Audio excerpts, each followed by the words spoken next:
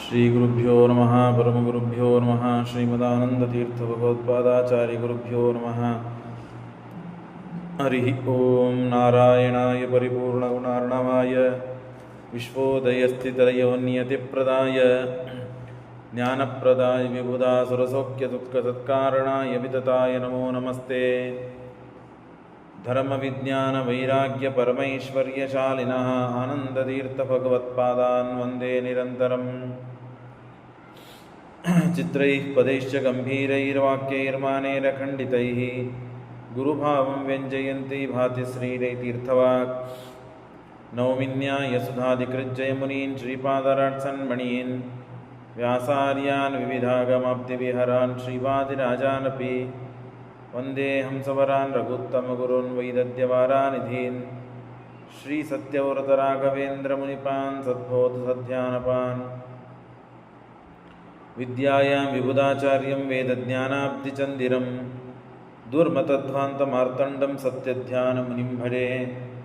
ಸತ್ಯಾಭಿಜ್ಞಕರಾಬ್ಜೋತ್ಥಾನ್ ಪಂಚಾಶದ್ವರ್ಷಪೂಜಕಾನ್ ಸತ್ಯಪ್ರಮೋದತೀರ್ಥಾರ್ಯಾನ್ ನೌಮಿನ್ಯಾಯಸುಧಾರತಾನ್.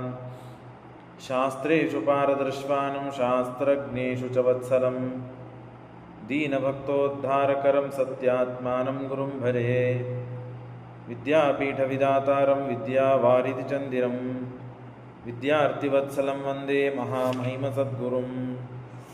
ಆಪಾದಮೂಲಿಪರ್ಯಂతం ಗುರುಣಾಂ ಆಕೃತಿಂ ಸ್ಮರೇತ್ ತೇನ ವಿಘ್ನಾಃ ಪ್ರಣಶ್ಯಂತಿ ಸಿದ್ಧ್ಯಂತಿ ಚ ಮನೋರಥಾಃ. ಶ್ರೀ ಗುರುಭ್ಯೋ ನಮಃ ಹರಿ ಓಂ.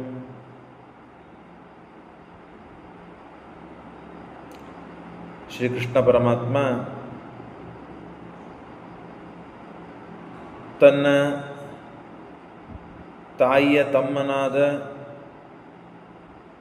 ಕುಂಭಕನ ಮಗಳಾದ ನೀಲೆಯನ್ನು, ನೀಲಾ ಅಂತ ಅವಳ ಹೆಸರು, ಮದುವೆ ಮಾಡಿಕೊಂಡಿದ್ದಾನೆ ಪರಮಾತ್ಮ. 7 ಗೋಳಿಗಳನ್ನು, ಆ ಎಲ್ಲ 7 ಗೂಳಿಗಳು ರುದ್ರದೇವರ ವರದಿಂದ ಅವಧ್ಯವಾದಂತಹ ರಾಕ್ಷಸರು, ಅವರನ್ನೆಲ್ಲ ಸಂಹಾರ ಮಾಡಿ ಪರಮಾತ್ಮ ಆ ನೀಲಾ ಅಂತನ್ನುವ ಕನ್ಯೆಯನ್ನು ತಾನು ಮದುವೆ ಮಾಡಿಕೊಂಡಿದ್ದಾನೆ. ಅವಳು ಗೋಪಾಂಗನ ಅಂತನ್ನುವ ಒಂದು ಗುಂಪು, ಅಪ್ಸರಾ ಸ್ತ್ರೀಯರು ಅವರೆಲ್ಲ ಉಪನಯನ ಸಂಸ್ಕಾರವಾಗೋಕ್ಕಿಂತ ಮುಂಚೆಯೇ ಗೋಪಾಂಗನ ಅಂತನವರು, ಗೋಪಕನ್ಯೆಯರು ಮತ್ತು ಮದುವೆ ಮಾಡಿಕೊಂಡವರು ಅನೇಕ ಜನ.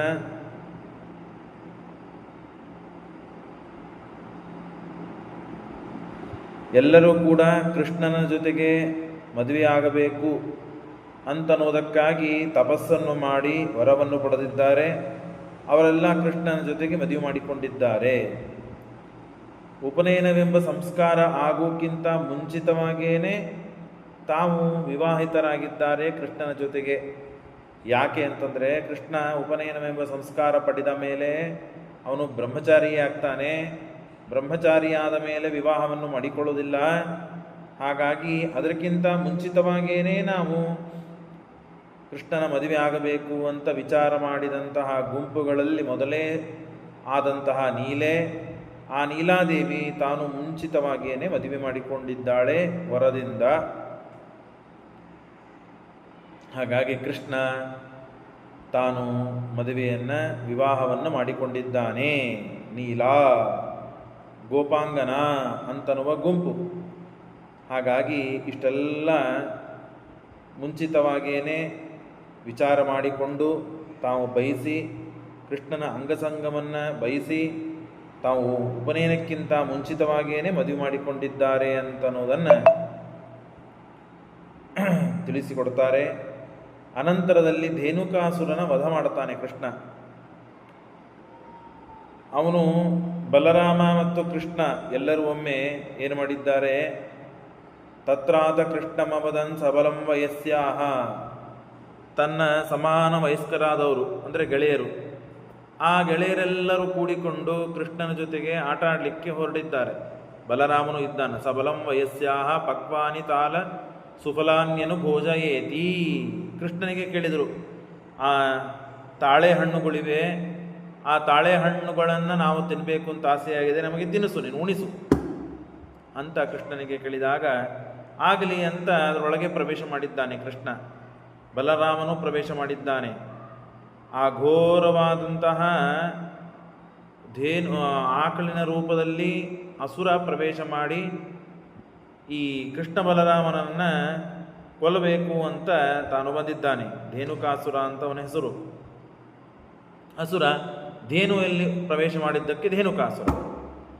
ಅವನಿಗೆ ರುದ್ರದೇವರ ಮಗನಾದ ಪುತ್ರನಾದ ವಿಘ್ನೇಶ ಗಣಪತಿಯವರ ಇದೆ, ನೀನು ಅವಧ್ಯನಾಗು ಅಂತ ಹೇಳಿ ವರ ಕೊಟ್ಟಿದ್ದಾನೆ ಗಣಪತಿ.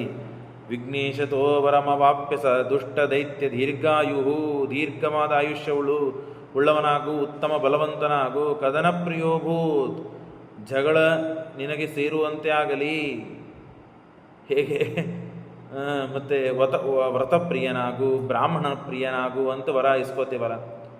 ಬ್ರಾಹ್ಮಣರ ಪ್ರಿಯ ಆಗಪ್ಪ ನೀನು, ಭಾಗವತ ಪ್ರಿಯನಾಗು, ದೇವರ ಪ್ರಿಯನಾಗು ಅಂತ ವರ ಕೇಳಿ ನಾವು ಇಸ್ಕೊಳ್ಳುವಂತೆ ಕದನ ಅಂದರೆ ಜಗಳ, ಆ ಜಗಳದಲ್ಲಿ ನೀ ಅತ್ಯಂತ ಪ್ರಿಯನಾಗು ಅಂದ್ರೇನು ಯುದ್ಧದಲ್ಲಿ ನೀ ಭಾರಿ ಯುದ್ಧನೇ ನಿನಗೆ ಪ್ರಿಯವಾಗಲಿ, ಅಷ್ಟು ಬಲಿಷ್ಠನಾಗು ನೀನು ಅಂತ ಹೇಳಿ ಗಣಪತಿ ತಾನು ವರವನ್ನು ಕೊಟ್ಟಿದ್ದಾನೆ. ಅವನು ತಪಸ್ಸು ಮಾಡಿ ಕೇಳಿಕೊಂಡಿದ್ದಾನೆ. ನಿತ್ಯೋದ್ಧತಸ್ಸ ಉತ ರಾಮಮವೇಕ್ಷತಾಲ ವೃಂದಾತ್ ಫಲಾನಿ ಗಲಯಂತಮಥಾಭ್ಯಧಾವತ್. ಆಗ ಬಲರಾಮ ದೇವರು ಅಲ್ಲಿದ್ದಾರೆ, ನೋಡಿದ್ದಾನೆ. ಬಹಳ ಅಹಂಕಾರ ಇವನಿಗೆ, ಬಹಳ ಬಲಿಷ್ಠ ಇದ್ದಾನೆ ಅಂತ ಅಹಂಕಾರ. ಮತ್ತು ಆ ಹಣ್ಣುಗಳನ್ನು ತಿನ್ನಬೇಕು ಅಂತ ಕಿತ್ತುಕೊಂಡು ಬರಲಿಕ್ಕೆ ಹೋಗಿದ್ದಾರೆ. ಆಗ ಆ ಧೇನುಕಾಸುರನನ್ನು ಕಂಡು ಅಲ್ಲಿ ಬಂದಿದ್ದಾನೆ ಧೇನುಕಾಸುರ. ಇವರು ಅಲ್ಲಿ ಪ್ರವೇಶ ಮಾಡಿದ್ದಾರೆ, ಒಳ್ಳೆಯ ಸಮಯ, ಈ ಸಮಯದಲ್ಲೇನೆ ಅವರಿಗೇನಾದರೂ ತೊಂದರೆ ಕೊಡಬೇಕು ಅಂತ ಕೃಷ್ಣ ಬಲರಾಮರಿಗೆ ಮತ್ತು ಅವರ ಎಲ್ಲ ಗೆಳೆಯರಿಗೆ ತೊಂದರೆ ಕೊಡಬೇಕು ಅಂತ ಬಂದಿದ್ದಾನೆ.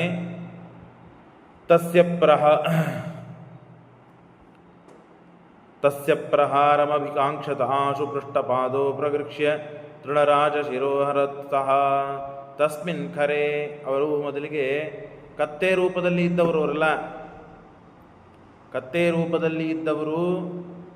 ಧೇನುಕ ಹಿಂಬಾಲಿಸಿ ಬಂದ ತಾಳೆ ಮರದ ಹತ್ತಿರ ಇದ್ದ ಇವರನ್ನು ನೋಡಿ ಏನಂತಾರೆ, ಆ ಬಲರಾಮನನ್ನು ಮೈ ಮೇಲೆ ಹಾಕಿಕೊಂಡು ಓಡ್ತಾ ಹೊರಟ್ಬಿಟ್ಟಿದ್ದಾನೆ, ದಡ ದಡ ದಡ ಅಂತ ಧಾವಿಸಿ. ಆಗ ಬಹಳ ವಿಚಿತ್ರ ಆಯಿತು.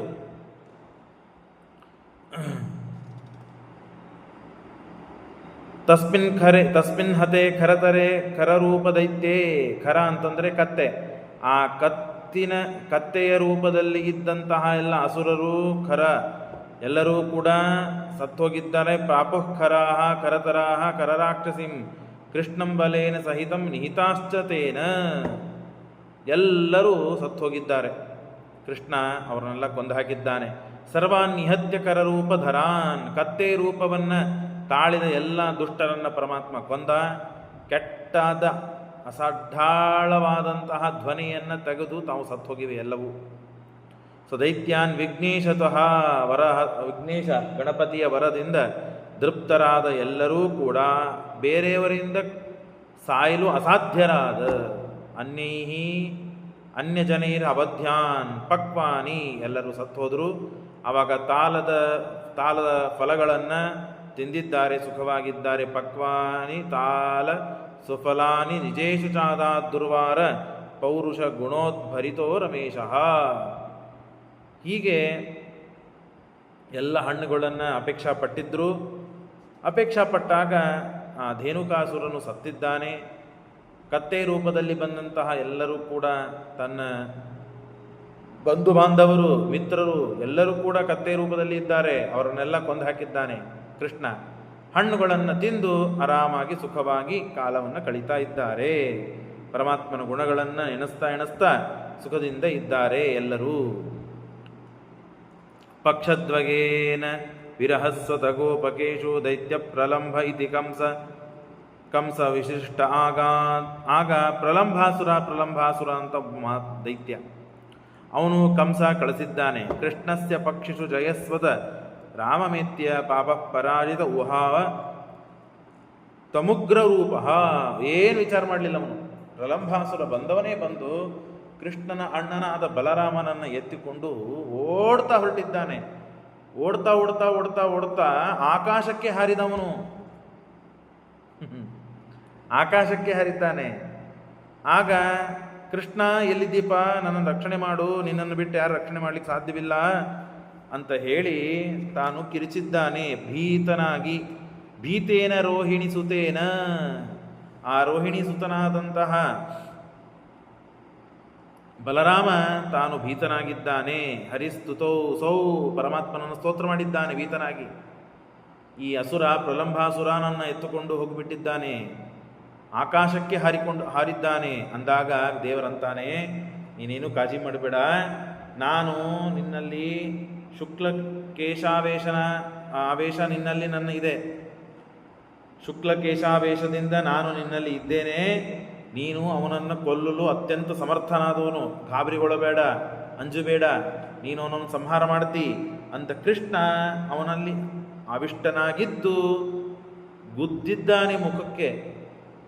ಆ ಪ್ರಲಂಬಾಸುರನ ಮುಖಕ್ಕೆ ಜೋರಾಗಿ ಗುದ್ದಿದ್ದಾನೆ. ಆಗ ಅವನು ಸತ್ತು ತಳಗಡೆ ಬಿದ್ದಿದ್ದಾನೆ. ಕೃಷ್ಣನೇ ಕೊಂದ. ಅವನೊಳಗೆ ನಿಂತು ಬಲರಾಮನಲ್ಲಿ ಅಂತರ್ಯಾಮಿಯಾದ ಭಗವಂತ ಆವೇಶನಾಗಿ ಕೃಷ್ಣ ಶುಕ್ಲಕೇಶಾವೇಶನಾದ ಭಗವಂತನೇ ಆ ಬಲರಾಮನಲ್ಲಿ ಬಲವನ್ನು ಕೊಟ್ಟು ಆ ಪ್ರಲಂಬಾಸುರನ ಧೇನು ರೂಪದಲ್ಲಿ ಇದ್ದಂತಹ ಪ್ರಲಂಬಾಸುರನನ್ನ ಪರಮಾತ್ಮ ಕೊಂದಿದ್ದಾನೆ. ಹೀಗೆ ಇಷ್ಟು ಆಗಿದೆ. ಆಗ ಮೇಲಿನಿಂದ ತಳಗಡೆ ಬಿದ್ದಿದ್ದಾನೆ, ಮೇಲೆ ಹೋಗಿದ್ದಾನೆ. ಸ್ವಾವಿಷ್ಟತಾಂ ಉಪದಿದೇಶ ಬಲಾಭಿವೃದ್ಧೈ, ಅವನಲ್ಲಿ ಆವೇಶಗೊಂಡು ಪರಮಾತ್ಮ ಶಕ್ತಿಯನ್ನು ತುಂಬಿದ್ದಾನೆ. ಯಾರಲ್ಲಿ? ಬಲರಾಮದೇವರಲ್ಲಿ ಸ್ವಯಂ ಸನ್ನಿಧಾನ ಇದ್ದೇ ಇದೆ. ಇನ್ನು ಹೆಚ್ಚಿನ ಶಕ್ತಿಗಾಗಿ ಅವನಿಗೆ ಹೇಳಿದ. ಹೇಗೆ ಲಕ್ಷ್ಮಣನಿಗೆ ರಾವಣ ಎಳೆದುಕೊಂಡು ಕರೆದುಕೊಂಡು ಹೋಗಬೇಕಾದಾಗ ನೀನು ಯಾರು, ನಿನ್ನ ಸ್ಮರಣೆ ಮಾಡು ಅಂತಂದಾಗ ಶೇಷದೇವರ ನೆನಪು ಮಾಡಿಕೊಟ್ಟಾಗ ಭೂಮಿ ಪರ್ವತಗಳೆಲ್ಲ ಅಲ್ಲಾಡಿ ಹೋದವು, ಆದರೆ ಲಕ್ಷ್ಮಣ ಅಲ್ಲಾಡಲಿಲ್ಲ. ಆ ಲಕ್ಷ್ಮಣನೇ ಬಲರಾಮನಾಗಿದ್ದಾನೆ. ಹಾಗಾಗಿ ತನ್ನ ಶಕ್ತಿ ಸಾಮರ್ಥ್ಯಗಳನ್ನು ತಾನು ನೆನಪಿಸಿಕೊಡುತ್ತಾರೆ. ಪರಮಾತ್ಮನು ಸ್ವಯಂ ತಾನು ಒಳಗೆ ಪ್ರವೇಶ ಮಾಡಿದ್ದಾನೆ. ಆ ಪ್ರಲಂಬಾಸುರನನ್ನು ತಂ ಪಾಪಂ ಪ್ರಲಂಬಂ ಉರುಮುಷ್ಟಿ ಹತಂ, ಮುಷ್ಟಿಯಿಂದ ಜೋರಾಗಿ ಅಪ್ಪಳಿಸಿ ಅವನನ್ನು ಕೊಂದು ಹಾಕಿದ್ದಾರೆ. ತಸ್ಮಿನ್ ಹತೆ ಸುರಗಣ ಬಲದೆ ವನಾಮ ರಾಮಸ್ಯ ಚಕ್ರುರತಿ ತೃಪ್ತಿಯುತ ಹರಿಶ್ಚ ವನ್ಹಿಂ ಪಪೋ ಪುನರಪಿ ಪ್ರವದಂತ ಮುಚ್ಚೈ ಗೋಪಾಂಶ್ಚ ಗೋಗಣ ಮಗಣ್ಯ ಗುಣಾರ್ಣವೋಪ. ಇಷ್ಟಾಗಿದೆ. ಪ್ರಲಂಬಾಸುರ ಸತ್ತಿದ್ದಾನೆ, ಬಹಳ ಸಂತೋಷವಾಗಿದೆ, ದೇವರನ್ನು ಸ್ತೋತ್ರ ಮಾಡ್ತಾ ಇದ್ದಾರೆ. ಅಷ್ಟರಲ್ಲಿ ಮತ್ತೊಂದು ಕಾಡುಗಿಚ್ಚು ಕಾಲಿಯ ಮರ್ದನವಾದ ಮೇಲೆ ಅಲ್ಲೇ ದಂಡೆಯಲ್ಲಿ ಮಲಗಿದಾಗ ಕಾಡುಗಿಚ್ಚು ಹತ್ತಿದು. ಆಗ ಪರಮಾತ್ಮ ಅದನ್ನು ದಾವಾಗ್ನಿ ಪಾನ ಮಾಡಿಬಿಟ್ಟ. ಹಾಗೆ ಮತ್ತೊಮ್ಮೆ ಇಲ್ಲಿ ಕಾಡುಗಿಚ್ಚು ಬಂತು, ಅದನ್ನು ಪರಮಾತ್ಮ ಆಯಾಸವಾಗಿ ಪಾನ ಮಾಡಿದ್ದಾನೆ. ವನ್ಹಿಂಪಪೋ ಪುನರಪಿ, ಹಿಂದೆ ಒಮ್ಮೆ ಕುಡಿದಿದ್ದಾನೆ, ಮತ್ತೆ ಪುನಃ ಈಗ ಕುಡಿದಿದ್ದಾನೆ. ಹಾಗಾಗಿ ಪುನರಪಿ ಹಂತ ಮುಚ್ಚೆ ಗೋಪಾಂಶ್ಚ ಗೋಗಣ ಅಗಣ್ಯ ಗುಣಾರ್ಣವೋ. ಗುಣಗಳಿಂದ ಸಮುದ್ರದಂತೆ ಇರುವ ಪರಮಾತ್ಮನನ್ನು ಸ್ತೋತ್ರ ಮಾಡುತ್ತಾ ಆ ದಾವಾಗ್ನಿ ಪಾನ ಮಾಡಿದ್ದಕ್ಕಾಗಿ ಪರಮಾತ್ಮನನ್ನು ವಿಶೇಷವಾಗಿ ಸ್ತೋತ್ರ ಮಾಡಿದ್ದಾರೆ. ಕೃಷ್ಣಂ ಕದಾಚಿದತಿ ದೂರಗತಂ ವಯಸ್ಯ ಉಚಕ್ಷುದಾತಿತರ ಕ್ಷುಧಾರ್ತಿತರಾವಯಮಿತ್ಯುದಾರಂ. ಪ್ರತಿನಿತ್ಯ ಏನಾಗ್ತಿತ್ತು ಇವ್ರದ್ದೇನು ಗೋಪಾಲಕರದ ಕೆಲಸ? ಮುಂಜಾನೆ ಹೇಳೋದು, ಶೌಚಾದಿಗಳನ್ನು ಮಾಡ್ಕೊಳ್ಳೋದು, ಸ್ನಾನಾದಿಗಳನ್ನು ಮಾಡೋದು, ಆಕಳುಗಳನ್ನು ದೊಡ್ಡವರು ತಗೊಂಡು ಹೋಗೋದು, ಕರುಗಳನ್ನು ಸಣ್ಣವರಿಗೆ ಕೃಷ್ಣ ಬಲರಾಮ ಅವನ ಗೆಳೆಯಂದರು ಎಲ್ಲರೂ ಆಕಳುಗಳನ್ನು ಮೇಲಿಕ್ಕಾಗಿ ಮೈಸೂದಕ್ಕಾಗಿ ಕರೆದುಕೊಂಡು ಹೋಗ್ತಾಯಿದ್ರು. ಮುಂಜಾನೆಯಿಂದ ಸಾಯಂಕಾಲ ತನಕ ಅದನ್ನು ಮೇಯಿಸಿ ಓಡಾಡಿ ತಾವು ಆಟ ಆಡಿ ಜಿಗದಾಡಿ ಎಲ್ಲ ಮುಗಿಸಿ ಮನೆಗೆ ಅವರು ಅಲ್ಲಿ ಹೋಗ್ತಿದ್ರು, ಇವರು ಇಲ್ಲಿ ಕೊನೆಗೆ ಅವರು ಆಕಳ ಗೋಶಾಲೆಗೆ ತಂದು ಕೊಟ್ಟಿಗೆಗೆ ತಂದು ಅದನ್ನು ಕಟ್ಟಿ ಇಡ್ತಿದ್ರು, ಅವ್ರ ಮನೆಗೆ ಹೋಗಿ ಊಟ ಮಾಡಿ ಮಲಗ್ತಿದ್ರು. ಇಷ್ಟು ಕೆಲಸ ಇರ್ತಿತ್ತು ದಿವಸ. ಅಷ್ಟರ ಮಧ್ಯದಲ್ಲಿ ಹಸಿವಿಯಾದರೆ ಪ್ರತಿನಿತ್ಯ ಒಬ್ಬೊಬ್ಬರು ಒಂದೊಂದು ಡಬ್ಬಿ ತೊಗೊಂಬರೋರು. ಆ ಡಬ್ಬಿಗಳನ್ನು ಬುತ್ತಿಗಳನ್ನು ಭಕ್ರಿ, ಆಮೇಲೆ ಶೇಂಗಾ ಹಿಂಡಿ, ಆಮೇಲೆ ಏನಂತಾರೆ ಅದಕ್ಕೆ ಮೆಣಸಿನ್ಕಾಯಿ, ಮೆಂತೆ ಮೆಣಸಿನ್ಕಾಯಿ, ಆಮೇಲೆ ಆ ಸೊಪ್ಪಿನ ಪಲ್ಯ ಇತ್ಯಾದಿಗಳನ್ನು ತಂದು ಸುಖವಾಗಿ ತಾವು ಭೋಜನವನ್ನು ಮಾಡಿ ಆಟ ಆಡಿ ಈಗೆಲ್ಲ ಅವೆಲ್ಲ ತಿನ್ನೋದು ಹೋಗಿಬಿಟ್ಟಿದೆ ಪದ್ಧತಿ. ಹಳ್ಳಿಗೆ ಹೋಗಿ ಕೂತು ತಿಂದು ಆರಾಮಾಗಿ ಕಾಲ ಕಳೆದು ಅವೆಲ್ಲ ಇಲ್ಲೇ ಇಲ್ಲಿಗ ಮನೆಯಲ್ಲಿ ಮಾಡೋದು ಕಷ್ಟ ಆಗಿದೆ. ಹಾಗೆ ಪದ್ಧತಿ ಇರ್ತಿತ್ತು. ಪ್ರತಿನಿತ್ಯ ಒಬ್ಬೊಬ್ಬರು ಒಂದೊಂದು ಮನೆಯಿಂದ. ಕೃಷ್ಣ ಹೇಳಿದ್ದ, ನಾಳೆ ನನ್ನ ಪಾರ್ಟಿಗೆ ನೀವು ಯಾರೂ ಮನೆಯಿಂದ ಏನೂ ತೆಗೆದುಕೊಂಡು ಬರಬೇಡ್ರಿ, ನಾನು ವ್ಯವಸ್ಥೆ ಮಾಡ್ತೇನೆ ಎಲ್ಲರಿಗೆ. ಎಲ್ಲರೂ ಸಂತೋಷಪಟ್ಟರು. ಅವ ನಂದನ ಮಗ. ನಂದ ಆ ಊರಿಗೆ ರಾಜನಂತೆ ಇದ್ದ, ಸ್ವಲ್ಪ ಇದ್ದರಲ್ಲಿ ಸಮೃದ್ಧನಾಗಿದ್ದ. ಹಾಗಾಗಿ ಒಳ್ಳೆಯ ಊಟ ಸಿಗ್ತದೆ ನಮಗೆ ಅಂತ ಪ್ರತಿನಿತ್ಯ ಬರುವರು. ಹಾಗೆ ಎಲ್ಲರೂ ಬಂದಿದ್ದಾರೆ, ಖಾಲಿ ಕೈಯಿಂದ ಬಂದಿದ್ದಾರೆ, ಯಾರೇನು ಕಟ್ಕೊಂಡು ಬಂದಿಲ್ಲ. ಕೃಷ್ಣನಿಗೆ ಹೇಳಿದ, 12:30 ಒಂದಾಯಿತು, ಊಟದ ಸಮಯ ಆಯಿತು, ಹಸಿವಿ ಅಂತಂದರು. ಹೌದಾ? ಅಲ್ಲೆಲ್ಲ ದೂರದಲ್ಲಿ ಹೊಗೆ ಕಾಣ್ತಾ ಇದಲ್ಲ, ಅಲ್ಲ ಯಜ್ಞಶಾಲ, ಯಜ್ಞವನ್ನು ಮಾಡ್ತಾ ಇದ್ದಾರೆ ಬ್ರಾಹ್ಮಣರು, ಯಜ್ಞ ಪತ್ನಿಯರಿದ್ದಾರೆ, ಒಳ್ಳೆ ಭೋಜನ ಮಾಡಿರ್ತಾರೆ, ಅಡಿಗೆ ಮಾಡಿರ್ತಾರೆ. ಹಾಗಾಗಿ ಅಲ್ಲಿ ಹೋಗಿ ಹೇಳ್ರಿ, ಕೃಷ್ಣ ಬಲರಾಮರು ಬಂದಿದ್ದಾರೆ, ಊಟಕ್ಕೆ ಬೇಕು ಅಂತ ಹೇಳ್ರಿ, ಸಮೃದ್ಧ ಊಟ ಕೊಡ್ತಾರೆ, ತೊಗೊಂಡು ಬರೋಣ, ಎಲ್ಲರೂ ಕೂಡಿ ತಿನ್ನೋಣ ಅಂದಾಗ ಅವ್ರು ಹೇಳ್ತಾರೆ, ನಾವು ಹೋದರೆ ಬೈತಾರೆ, ನಾವು ಹೇಗೆ ಹೋಗೋಣ, ನನ್ನ ಹೆಸರು ಹೇಳ್ರಿ, ಏನಾಗೋದಿಲ್ಲ. ಹೋಗ್ತಾರೆ. ಅಲ್ಲಿ ಬ್ರಾಹ್ಮಣರು ಯಜ್ಞ ಮಾಡ್ತಾ ಇರ್ತಾರೆ. ಯಾರಪ್ಪ ನೀವೆಲ್ಲ? ಹರಿತೋರಣಗಳು, ವೈಭವ, ಯಜ್ಞ ಶಾಲೆ ಇರ್ತದೆ. ಇಲ್ಲ, ಹೀಗೆ ಕೃಷ್ಣ ಕಳಿಸಿದ್ದಾನೆ. ಯಾರವ ಕೃಷ್ಣ, ಯಾರು ಬಲರಾಮ? ನಡೀರಿ, ದೇವ್ರ ನೈವೇದ್ಯ ಆಗಬೇಕು, ಪೂರ್ಣಾಹುತಿ ಆಗಬೇಕು, ಹಾಗೆ ನಿಮಗೆ ಊಟಕ್ಕೆ ಕಳಿಸಿದರೆ ಹೇಗೆ? ಕಳಿಸೋದಿಲ್ಲ ಅಂತ ಬೈದು ಕಳಿಸ್ಬಿಡ್ತಾರೆ. ಪಾಪ ಎಲ್ಲ ತಳಗೆ ಮುಖ ಹಾಕ್ಕೊಂಡು, ಜೋತ್ ಮುಖ ಹಾಕ್ಕೊಂಡು ತಳಗೆಲ್ಲರೂ ಪಾಪ ಆ ಕೃಷ್ಣನ ಗೆಳೆಯಂದರೆಲ್ಲರೂ ಬರ್ತಾರೆ. ಬಂದಾಗ ಕೃಷ್ಣ, ನೀ ಹೇಳಿದ್ದಿ, ಹಾಗೆ ಮಾಡಿದ್ವಿ, ಏನಾಗಲಿಲ್ಲ, ಬೈದು ಕಳಿಸರು, ಬೈಸ್ಕೊಂಡು ಬಂದ್ವಿ ನಾವು ಅಂದಾಗ ಕೃಷ್ಣ ಹೇಳ್ತಾನೆ, ನಾನು ನಿಮಗೆ ಹೇಳಿದ್ದೆ, ಬ್ರಾಹ್ಮಣರಿಗೆ ಕೇಳಬೇಡ್ರಿ, ಬ್ರಾಹ್ಮಣರ ಪತ್ನಿಯರಿಗೆ, ಹೆಂಡಂದ್ರಿಗೆ, ನನ್ನ ಮೇಲೆ ಬಹಳ ಭಕ್ತಿಯವರಿಗೆ, ನಾನಂದ್ರೆ ಬಿದ್ದು ಸಾಯ್ತಾರವರು ಅಂದಾಗ ಮತ್ತೊಮ್ಮೆ ಹೋಗ್ಬೇಕಾ? ಹಾಗಾದರೆ ಈ ಸತಿ ಮತ್ತೆ ಬೈಸ್ಕೊಂಡು ಬರು, ಏನಾಗೋದಿಲ್ಲ, ಹೇಳ್ರಿ, ನನ್ನ ಹೆಸರು ಹೇಳ್ರಿ, ಅವರಿಗೆ ಹೋಗಿ ಹೇಳ್ರಿ. ಅವರು ಹೋಗಿ ಬಾಚಿಕೊಂಡು ಹೋಗಿ ಆ ಯಜ್ಞ ಪತ್ನಿಯರಿಗೆ ಹೇಳ್ತಾರೆ, ಕೃಷ್ಣ ಬಂದಿದ್ದಾನೆ, ಬಲರಾಮ ಬಂದಿದ್ದಾರೆ, ಊಟಕ್ಕೆ ಕಾಯ್ತಾ ಇದ್ದಾರೆ, ಊಟಕ್ಕೆ ಏನಾದರೂ ಇದ್ದ ಕೊಡ್ರಿ ಅಂತಂದರೆ ಮೈ ಮರುತು ಮಾಡಿದ್ದೆಲ್ಲ ಭಕ್ಷ್ಯಗಳನ್ನು ತಾವು ಡಬರೆ ಭಾಂಡಿಗಳಲ್ಲಿ ಹಾಕಿಕೊಂಡು ಸ್ವಯಂ ತಾವು ಧಾವಿಸಿ ಓಡ್ತಾ ಬಂದಿದ್ದಾರೆ. ನಾವು ಮಾಡಿದಂತಹ ಏನು ಅಡಿಗೆಗಳಿವೆಯೋ, ಇಲ್ಲಿ ಒಂದು ಮೂರ್ತಿ ಇದೆ, ಆ ಮೂರ್ತಿಗೆ ದೇವರ ಸನ್ನಿಧಾನ ಮಾಡಿ ದೇವರು ಬಂದು ನೈವೇದ್ಯ ಮಾಡಲಿ ಅಂತ ಕಾಯ್ತೇವೆ. ಸರ್ವಭಕ್ಷಕನಾದ ಸರ್ವಭೋಕ್ತಾಚ ಭೋಕ್ತಾ ಮಹೇಶ್ವರ ಅಂತ ಹೇಳಿದಂತೆ ಎಲ್ಲವನ್ನು ಉಣುವ ಪರಮಾತ್ಮ ಸ್ವಯಂ ತಾನು ಚಿನ್ಮಯ ರೂಪದಿಂದ ಬಂದಿದ್ದಾನೆ ಅಂತ ಹೇಳಿ ಧಾವಿಸಿ ಬಂದು ಎಲ್ಲರೂ ಯಜ್ಞಪತ್ನಿಯರು ಆ ಕೃಷ್ಣನ ದರ್ಶನವನ್ನು ಪಡೆದು ಸಂತೋಷಪಟ್ಟು ಎಲ್ಲರಿಗೆ ಸಮೃದ್ಧವಾಗಿ ಬಡಿಸಿ ಊಟಕ್ಕೆ ಹಾಕಿ ಸಮಾಧಾನದಿಂದ ಸಂತೋಷದಿಂದ ಕೃಷ್ಣನ ದರ್ಶನ ಪಡೆದು ಸುಖವಾಗಿ ಬಿಟ್ಟಿದ್ದಾರೆ. ಏನಾಗಿತ್ತು ಅಂದರೆ, ಗೋಕುಲದಿಂದ ವ್ರಜಕ್ಕೆ ವ್ರಜದಿಂದ ಗೋಕುಲಕ್ಕೆ ಯಾರೂ ಹೋಗ್ತಾ ಇದ್ದಿದ್ದಿಲ್ಲ, ವೃಂದಾವನದಿಂದ. ಯಾಕೆ? ಆಗಿನ ಕಾಲದಲ್ಲಿ ಆ ಊರಿನ ಹೆಣ್ಣುಮಕ್ಕಳು ಅಂದ್ರೆ ಅಲ್ಲೇ ಇರಬೇಕು, ಅವರು ಹೊರಗೆ ಬರುವಂತೆ ಇಲ್ಲ. ಅವರು ಆಕಳು, ತಮ್ಮ ಗಂಡಂದರು, ಮಕ್ಕಳು, ಮನೆ, ಊರು ಇಷ್ಟು ಬಿಟ್ಟು ಬೇರೆ ಸಂಬಂಧ ಇದ್ದಿದ್ದಿಲ್ಲ ಅವರಿಗೆ. ಹಾಗಾಗಿ ಕೃಷ್ಣನ ಲೀಲೆಗಳನ್ನು ಹರಡುತ್ತದಲ್ಲ ಸುದ್ದಿ ಎಲ್ಲ ಕಡೆಗೆ. ಹಾಗೆ ಪೂತನ ಸಂಹಾರ ಮಾಡಿದ, ಶಕಟಾಕ್ಷನನ್ನು ಸಂಹಾರ ಮಾಡಿದ, ತೃಣಾವರ್ತನನ್ನು ಸಂಹಾರ ಮಾಡಿದ, ಹೀಗೆಲ್ಲ ಬೆಣ್ಣಿ ತಿಂದ, ಎಲ್ಲ ಸುದ್ದಿ ಹೋಗ್ತಿತ್ತು ಅವರಿಗೆ. ಆದರೆ ಅದನ್ನು ನೋಡುವ ಭಾಗ್ಯ ಇರ್ತಿದ್ದಿಲ್ಲ. ಕೃಷ್ಣನ ದರ್ಶನವಾಗಬೇಕು ಅಂತ ಬಹಳ ಪಾಪ ಆತುರದಿಂದ ಕಾಯ್ತಾ ಇದ್ರು. ಹಾಗಾಗಿ ಕೃಷ್ಣ ಬಂದಿದ್ದ, ಅವರಿಗೆ ನನ್ನ ದರ್ಶನ ಕೊಡಬೇಕು ಅಂತ ಹೇಳಿ ಊಟದ ನೆಪ ಮಾಡಿ ಅವರಿಗೆಲ್ಲ ದರ್ಶನ ಕೊಟ್ಟ. ಬಹಳ ಸಂತೋಷವಾಗಿದೆ. ಎಲ್ಲ ಆಯಿತು, ನಾವು ಸಾಯಂಕಾಲ ಆಯಿತು, ನಾವು ಮನೆಗೆ ಹೋಗ್ತೇವೆ, ನೀವು ನಿಮ್ಮ ಮನೆಗೆ ಹೋಗ್ರಿ ಅಂತಂದಾಗ ಅವರಂತಾರೆ, ಅಲ್ಲಿ ಮಾಡಿದ ಅಡಿಗೆ ಯಾರು ತಿಂದಿದ್ದಾರೋ ಬಿಟ್ಟಾರೋ ಗೊತ್ತಿಲ್ಲ, ಯಾರಿಗೆ ಬಡಿಸಿವಿ, ಎಲ್ಲ ಬಂದು ನಿಮಗೆ ಹಾಕಿಬಿಟ್ಟಿವಿ, ಮತ್ತು ನಮಗೆಲ್ಲ ಬೈತಾರೆ, ಯಾರೂ ಒಳಗೆ ಕರ್ಕೊಳ್ಳೋದಿಲ್ಲ, ಹೊರಗೆ ದಪ್ತಾರೆ ನಮ್ಮನ್ನಂದಾಗ, ಏನಿಲ್ಲ, ನನ್ನ ಆಶೀರ್ವಾದ ಇದೆ ನಿಮಗೆ, ಅಲ್ಲಿಂದ ಹೋಗ್ರಿ, ಎಲ್ಲ ತಾ ಷಡ್ವಿಧಾನ್ ಷಡ್ವಿಧಾನ್ ಷಡ್ವಿಧಾನ್ ನ ಪರಿಪೂರ್ಣ ಕರ ಸಮೇತ ಪ್ರಾಪ್ತ ವಿಭೃಜ್ಯ ಪತಿಪುತ್ರ ಸಮಸ್ತ ಬಂಧೂನ್, ಹೆಂಡತಿ ಮಕ್ಕಳನ್ನ, ಗಂಡನನ್ನ, ಪರಿವಾರದವರನ್ನ ಬಿಟ್ಟು ಆತ್ಮಾರ್ಚನೈಕ ಪರಮ ವಿಸರ್ಜ ದೇಹಂ, ಎಲ್ಲರನ್ನು ಬಿಟ್ಟು ದೇವರ ಸಲುವಾಗಿ, ದೇವರ ದರ್ಶನಕ್ಕಾಗಿ ಬಂದುಬಿಟ್ಟಿದ್ದಾರೆ. ಮೈ ಮೇಲೆ ಎಚ್ಚರಿಲ್ಲ.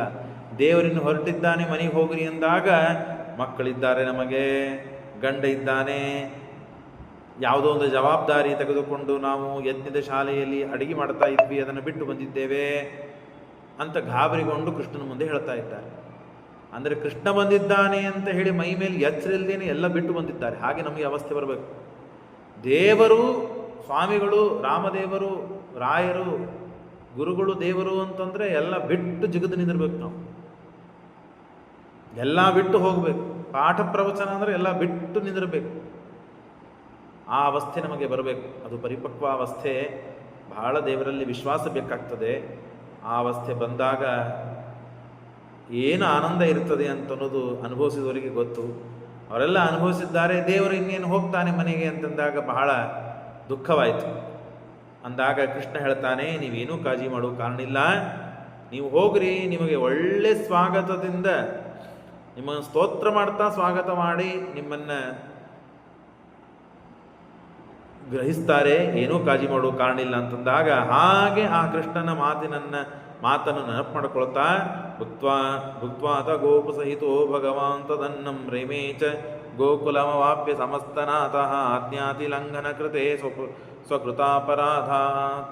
ಆ ಎಲ್ಲ ಆ ಕಡೆಗೆ ಯಜ್ಞಪತ್ನಿಯರು ಬರುವುದನ್ನು ನೋಡಿ ಬ್ರಾಹ್ಮಣರು, ಎಲ್ಲ ವಿದ್ವಾಂಸರು ಅವರನ್ನು ಸ್ವಾಗತ ಮಾಡಿ ಸ್ತೋತ್ರ ಮಾಡ್ತಾ ಇದ್ದಾರೆ. ಎಷ್ಟು ಪುಣ್ಯವಂತರಮ್ಮ ನೀವು, ದೇವರ ದರ್ಶನ ಮಾಡಿಕೊಂಡು ಬಂದ್ರಿ, ನೀವು ಮಾಡಿದ ಅಡಿಗೆಯನ್ನು ದೇವರಿಗೆ ಬಡಿಸಿ ಬಂದಿರಿ. ಸ್ವತಃ ನಾವು ಮಾಡಿದ ಅಡಿಗೆಯನ್ನು ದೇವರಿಗೆ ನೈವೇದ್ಯ ಮಾಡ್ತೇವೆ, ಅದು ದೊಡ್ಡ ಭಾಗ್ಯ ಅಂತ ತಿಳಿತೇವೆ. ಅಗ್ನಿಯಲ್ಲಿ ಆಹುತಿಯನ್ನು ಕೊಡ್ತೇವೆ ದೇವರನ್ನು ಸಂತೋಷಪಡಿಸುವುದಕ್ಕಾಗಿ. ಸಾಕ್ಷಾತ್ ಚಿನ್ಮಯನಾದ ಭಗವಂತ ಎದುರಿಗೆ ಬಂದಾಗ ನಾವು ಇಷ್ಟೆಲ್ಲ ಶಾಸ್ತ್ರ ಅಧ್ಯಯನ ಮಾಡಿ, ಇಷ್ಟೆಲ್ಲ ಒದ್ದಾಡಿ, ಎಲ್ಲ ಕಷ್ಟಪಟ್ಟರೂ ನಮಗೆ ಈ ಬುದ್ಧಿ ತಿಳುವಳಿಕೆ ಬರಲಿಲ್ಲ, ನಿಮಗೆ ಬಂತು. ಹಾಗಾಗಿ ನಿಮ್ಮಂಥ ಹೆಂಡಂದರನ್ನು ಪಡೆದ ಗಂಡರಾದ ನಾವೇ ಧನ್ಯರು ಅಂತ ಅವ್ರನ್ನೆಲ್ಲ ಕೊಂಡಾಡ್ತಾರೆ. ಭಾಗವತದಲ್ಲಿ ಎಲ್ಲ ಕಥೆ ಬರುತ್ತೆ ಇದು. ಹಾಗಾಗಿ ಕೃಷ್ಣೋಥ ವೀಕ್ಷ ಪುರುಹೂತಂ ಇಷ್ಟು ಆಗಿದೆ. ಹಾಗಾಗಿ ಬಹಳ ಸಂತೋಷದಿಂದ ಅವರ ಮೇಲೆ ಒಂದು ಗೌರವ, ಹೆಮ್ಮೆಯಿಂದ ನಿಮ್ಮ ಗಂಡಂದರಾಗಿದ್ದೇವೆ ನಾವು ಅಂತನ್ನೋದೊಂದು ಹೆಮ್ಮೆ ಇದೆ ನಮಗೆ ಅಂತನೋ ಗೌರವದಿಂದ ಅವರನ್ನು ಸ್ವಾಗತ ಮಾಡಿಕೊಂಡು ಕೃಷ್ಣ ಅವರಿಗೆ ಅನುಗ್ರಹ ಮಾಡಿದ್ದನ್ನು ನೆನೆಸ್ತಾರೆ. ಹೀಗೆ ಯಜ್ಞಪತ್ನಿಯರಿಗೆ ಕೃಷ್ಣ ಅನುಗ್ರಹ ಮಾಡಿದ್ದು. ಮತ್ತು ಒಂದು ದಿವಸ ಏನಾಗ್ತದೆ, ಪ್ರತಿ ವರ್ಷಕ್ಕೊಮ್ಮೆ ಇಂದ್ರ ಮಳೆ ಸುರಿಸ್ತಾನೆ ಅಂತ ಹೇಳಿ ಇಂದ್ರನ ಕುರಿತಾಗಿ ಪೂಜೆ ಯಾಗಾದಿಗಳು ಎಲ್ಲ ಮಾಡ್ತಾ ಇರ್ತಾರೆ. ಕೃಷ್ಣ ಹೇಳ್ತಾನೆ, ಈ ಬಾರಿ ಇಂದ್ರನಿಗೆ ಪೂಜೆ ಇಲ್ಲ. ಯಾಕೆ? ನಿಮಗೆ ರಕ್ಷಕನಾದವನು ಗೋವರ್ಧನ ಪರ್ವತ, ಅದೇ ಎಲ್ಲ ನಿಮಗೆ ನೀರು ಕೊಡ್ತದೆ, ಬೆಳೆ ಕೊಡ್ತದೆ, ಗಾಳಿ ಕೊಡ್ತದೆ, ಎಲ್ಲ ಧಾನ್ಯ ದವಸಗಳನ್ನು ಕೊಡ್ತದೆ. ಹಾಗಾಗಿ ಆ ಗೋವರ್ಧನ ಪರ್ವತ, ಆ ಪರ್ವತದಲ್ಲಿ ಅಂತರ್ಯಾಮಿಯಾದ ಭಗವಂತನನ್ನು ಪೂಜೆ ಮಾಡ್ರಿ, ಇಂದ್ರನ ಪೂಜೆ ಮಾಡುವ ಅಗತ್ಯವಿಲ್ಲ ಅಂತ ಹೇಳಿದಾಗ ಎಲ್ಲ ಹಿರಿಯರು ತಿರಸ್ಕಾರ ಮಾಡ್ತಾರೆ. ಕೃಷ್ಣನ ಮಾತನ್ನು ವಿರೋಧ ಮಾಡ್ತಾರೆ. ನೀನು ಚಿಕ್ಕ ಬಾಲಕ, ನಿನಗೆ ಗೊತ್ತಿಲ್ಲ, ನಮ್ಮ ಪೂರ್ವಜರೆಲ್ಲ ಪ್ರಥಾ ಇದೆ, ಅದನ್ನು ಮಾಡ್ತಾ ಬಂದಿದ್ದಾರೆ, ಅದನ್ನು ಬಿಟ್ಟರೆ ಏನಾದರೂ ಅನಾಹುತ ಆಗ್ತದೆ ಅಂತೆಲ್ಲ ಹೇಳ್ತಾರೆ. ಕೃಷ್ಣನ ಮಾತೇ ನಿಂದಿರುತ್ತದೆ. ಕೃಷ್ಣ ಹೇಳಿದ್ದನ್ನೇ ಒಪ್ತಾರೆ, ಕೃಷ್ಣ ಮಾಡಿದಂತೆ ಮಾಡ್ತಾರೆ. ಆಗ ಸ್ವಯಂ ಗೋವರ್ಧನ ಪರ್ವತದಲ್ಲಿ ಪೂಜೆಯನ್ನು ಮಾಡಿದಾಗ ಸ್ವಯಂ ದೊಡ್ಡ ಬೃಹದಾಕಾರನಾಗಿ ಪರಮಾತ್ಮ ಒಂದು ರೂಪದಿಂದ ಗೋವರ್ಧನದಿಂದ ಹೊರಗೆ ಬಂದ. ತಾವು ಅಲ್ಲಿ ಇಟ್ಟಂತಹ ನೈವೇದ್ಯವನ್ನು ಭಕ್ಷಣೆ ಮಾಡಿ ದರ್ಶನ ಕೊಟ್ಟು ಅದೃಶ್ಯನಾಗಿದ್ದ. ಕೃಷ್ಣ ಹೇಳ್ತಾನೆ, ನೋಡ್ರಿ, ಒಮ್ಮೆ ಆದರೂ ಇಂದ್ರ ನಿಮಗೆ ಕಾಣಿಸಿದ್ದಾನ? ಪೂಜೆ ಮಾಡಿದ್ದಕ್ಕೆ ಕಾಣಿಸಿಲ್ಲ. ಇಲ್ಲಿ ಗೋವರ್ಧನ ಪೂಜೆ ಮಾಡಿದ್ದಕ್ಕಾಗಿ ಗೋವರ್ಧನ ರೂಪದಿಂದ ಪರಮಾತ್ಮ ಬಂದು ನೀವು ಮಾಡಿದ ಎಲ್ಲ ನೈವೇದ್ಯವನ್ನು ಸ್ವೀಕಾರ ಮಾಡಿ ಹೋಗಿದ್ದಾನೆ ಅಂತ ಹೇಳಿ ಎಲ್ಲರಿಗೆ ಸಮಾಧಾನ ಸಂತೋಷಪಡಿಸಿದ ಭಗವಂತ. ಕೃಷ್ಣೋಥ ವೀಕ್ಷ ಪುರುಹೂತ ಮಹಪ್ರಯತ್ನಂ ಗೋಪಾನ್ಯವಾರಯದ ವಿಸ್ಮರಣಾಯ ತಸ್ಯ ಮಾನುಷೋಯಮಿತಿ ಮಾಂ ಅವಗಚ್ಚತಾತ್ಸ ಇತ್ಯವ್ಯಯೋಸ್ಯ ವಿಧದೆ ಮಹಾಭಂಗಮೀಶಃ. ಆಗ ಮತ್ತೆ ಇಂದ್ರ ಪ್ರತಿ ವರ್ಷ ಮಾಡುವಂತೆ ಪೂಜೆಯನ್ನು ಮಾಡಬೇಕಾಗಿತ್ತು, ಯಾರೂ ಮಾಡಲೇ ಇಲ್ಲ. ಇವರಿಗೆಲ್ಲ ಸೊಕ್ಕು ಬಂದಿದೆ, ಅಹಂಕಾರ ಬಂದಿದೆ. ಆ ಕೃಷ್ಣ ಬಂದಿದ್ದಾನಂತೇನೋ ಅವನು ಹೇಳಿದ ಮಾತನ್ನು ಕೇಳಿ ನನ್ನ ಪೂಜೆಯನ್ನು ಮಾಡಿಲ್ಲ ಇವರು ಅಂತ ಹೇಳಿ ಧೋ ಧೋ ಧೋ ಧೋಧೋ ಮಳೆ ಸುರಿಸಿದ್ದಾನೆ. ಭಾರಿ ಭಯಾನಕವಾದ ಮಳೆ. 1 ದಿನ ಆಯ್ತು, 2 ದಿನ ಆಯ್ತು. ಅವಾಗೆಲ್ಲರೂ ಹೇಳಿದರು, ನಾವು ಅವಾಗ ಹೇಳಿದ್ದೀವಿ ಕೃಷ್ಣ ಮಾಡಬೇಡ, ಹಿಂದೆ ಎಲ್ಲ ಅದು ಶಿಷ್ಟಾಚಾರ ಇರ್ತದೆ, ಆ ಆಚಾರ ಪರಂಪರವನ್ನು ನಿಲ್ಲಿಸಬಾರದು, ನೀನು ನಿಲ್ಲಿಸಿರಿ ಏನಾದರೂ ಅನಾಹುತ ಆಗ್ತದೆ ಅಂತ ಹೇಳಿದ್ವಿ.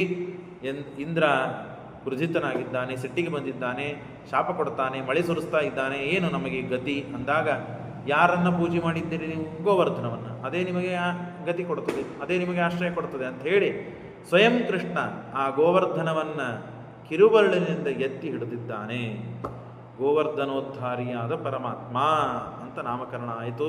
ಎಲ್ಲ ಗೋಕುಲದಲ್ಲಿ ಇದ್ದಂತಹ ಜನ, ಆ ಬ್ರಜದಲ್ಲಿ ವೃಂದಾವನದಲ್ಲಿ ಇದ್ದಂತಹ ಎಲ್ಲ ಜನ ಬಂದು ಆ ಬೆಟ್ಟದ ಆಶ್ರಯದಲ್ಲಿ ತಳಗೆ ನಿಂತಿದ್ದಾರೆ. ಅದನ್ನು ಹಿಡಿದು ಪರಮಾತ್ಮ 7 ದಿನವರೆಗೆ ಆನೆಯ ಸೊಂಡಿಲಿಂದ ಹೊರಗೆ ನೀರು ಬರಬೇಕಲ್ಲ ಅಂತ ಧೋ ಧೋ ಧೋ ಧೋ ಮಳೆಯಾದರೂ ಒಬ್ಬರಿಗೆ ಒಂದೇನಾದರೂ ನೆಗಡಿ ಆಗಬೇಕು, ಕೆಮ್ಮಾಗಬೇಕು, ಕಾಲು ನೋವಾಗಬೇಕು, ಹಸಿವೆ ಆಗಬೇಕು, ಏನೂ ಇಲ್ಲ. ಕೃಷ್ಣನನ್ನು ನೋಡ್ತಾ ನೋಡ್ತಾ ನೋಡ್ತಾ ನೋಡ್ತಾ ಎಲ್ಲರೂ ಆನಂದ ಪರಿಪೂರ್ಣರಾಗಿದ್ದಾರೆ. ಕೃಷ್ಣ ತನ್ನ ಕಣ್ಣಿನ ಅಮೃತ ದೃಷ್ಟಿಯಿಂದ ಎಲ್ಲರಿಗೆ ಹೊಟ್ಟೆ ತುಂಬಿದ್ದಾನೆ. ಯಾರಿಗೆ ಮಾಡ್ಲಿಕ್ಕೆ ಸಾಧ್ಯ ಇದೆಲ್ಲ?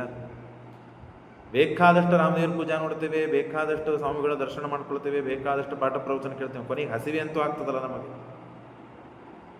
ಕೃಷ್ಣ ಅದನ್ನೂ ಬೇಡ ಅಂತ ಕಣ್ಣಿನಿಂದಲೇನೆ ಎಲ್ಲರೂ ಹೊಟ್ಟೆ ತುಂಬಿಸಿಬಿಟ್ಟ.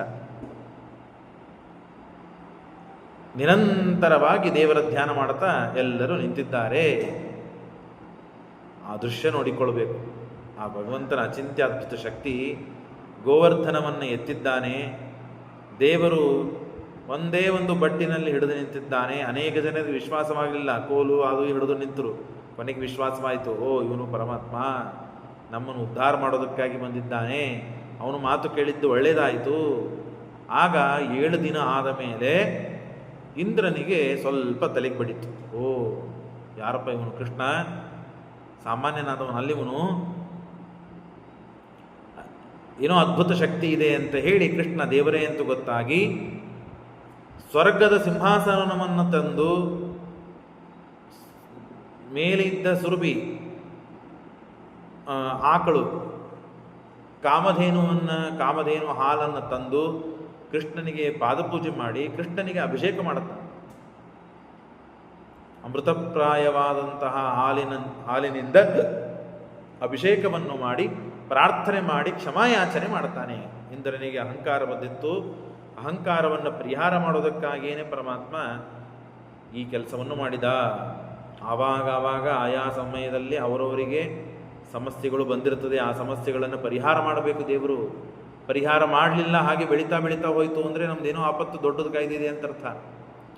ಅಹಂಕಾರ ಬಂದಿರ್ತದೆ, ಏನಾದರೂ ಪೂಜಾದಿಗಳಲ್ಲಿ ಲೋಪ ಆಗಿರ್ತದೆ, ಪಾಠ ಪ್ರವಚನ ನಿಂತು ಬಿಟ್ಟಿರ್ತದೆ. ಇಂಥ ಸಮಯದಲ್ಲಿ ದೇವರು ನಮಗೆ ಆಶೀರ್ವಾದ ಮಾಡಿ ನಿಂತದ್ದನ್ನು ಮುಂದೆ ವರಿಸುವಂತೆ ಆಶೀರ್ವಾದ ಮಾಡಬೇಕು. ಇಲ್ಲದೇ ಇದ್ದರೆ ನಮ್ಮ ಅವಸ್ಥೆ ಬಹಳ ಘನಘೋರ ಇದೆ. ಹಾಗೆ ಕೃಷ್ಣ ಈ ಇಂದ್ರನಿಗೆ ಇಂದ್ರೋತ ವಿಸ್ಮೃತ ರಥಾಂಗ ಧರಾವತಾರೋ ಮೇಘಾನ್ ಸಮಾಧಿಶ ಎಲ್ಲ ಮಾಡಿದ. ಸರ್ವಂ ವ್ರಜಂ ಗಿರಿವರಂ ಪ್ರಭಸಂ ದಧಾರ ವಾಮೇನ ಕೈ ಮುಗಿದು ಪ್ರಾರ್ಥನೆ ಮಾಡಿ ಪರಮಾತ್ಮನ ಪಾದಕಮಲಗಳಲ್ಲಿ ಶರಣಾಗತಿಯನ್ನು ಹೊಂದಿ ತಾನು ಇಂದ್ರ ತನ್ನ ಸೊಕ್ಕನ್ನು ಅಹಂಕಾರವನ್ನು ಕಳೆದುಕೊಂಡು ತಾನು ಶುದ್ಧನಾಗಿದ್ದಾನೆ ಅಂತನ್ನುವ ಕಥೆಯನ್ನು ಹೇಳ್ತಾ ಇದ್ದಾರೆ. ಕೃಷ್ಣ ಹೀಗೆ ತನ್ನ ಲೀಲೆಗಳನ್ನು ದಶಮಸ್ಕಂದ ಭಾಗವತ ಕೊಂಡಾಡ್ತದೆ, ಹರಿವಂಶ ಕೊಂಡಾಡ್ತದೆ. ಅದರ ನಿರ್ಣಯಗಳನ್ನು ಕೊಡ್ತಾ ಶ್ರೀಮದಾಚಾರ್ಯರು ಒಂದೊಂದು ಶ್ಲೋಕದಲ್ಲಿ ಒಂದೊಂದು ಅಸುರರ ಸಂಹಾರ, ತತ್ವಗಳ ನಿರ್ಣಯ, ಕೃಷ್ಣ ಯಾಕೆ ಹೀಗೆ ಮಾಡಿದ, ಅವತಾರದ ಪ್ರಯೋಜನ ಏನು ಇತ್ಯಾದಿಗಳನ್ನು ಅದ್ಭುತವಾಗಿ ನಿರ್ಣಯೋಪೇತವಾದ ಕಥಾಸಾರವನ್ನು ತಿಳಿಸಿ ನಮಗೆ ತತ್ವವನ್ನು ತಿಳಿಸಿಕೊಟ್ಟಿದ್ದಾರೆ ಅಂತ ಶ್ರೀಮದಾಚಾರ್ಯರಿಗೆ ಎಷ್ಟು ನಮಸ್ಕಾರ ಮಾಡಿದರೂ ಕಮೆ. ಈಗ